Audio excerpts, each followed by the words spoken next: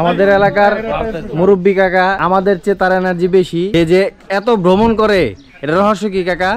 এই যে আপনি জামাত করছে এই বয়সের চেয়ে বেশি ঘোরাঘুরি করেন, এটা রহস্য কি?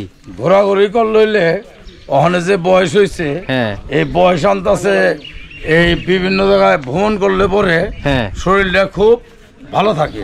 আচ্ছা, বুঝছেন নি? এত এনার্জি পান কেমনে?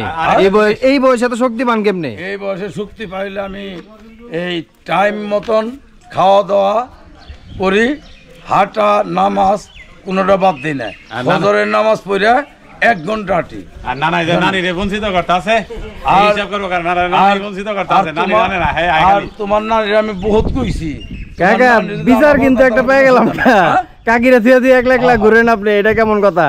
কাকি পাইতে জানেন? হজ আল্লাহ দিলে 5 বার গেছি। আচ্ছা, বুঝলি, উনারে না হইলে অন্তকে উমরা হজে 2 বার নিতাম। আচ্ছা, আমি পারলাম না, বহুত অনুরোধ করেছিলাম।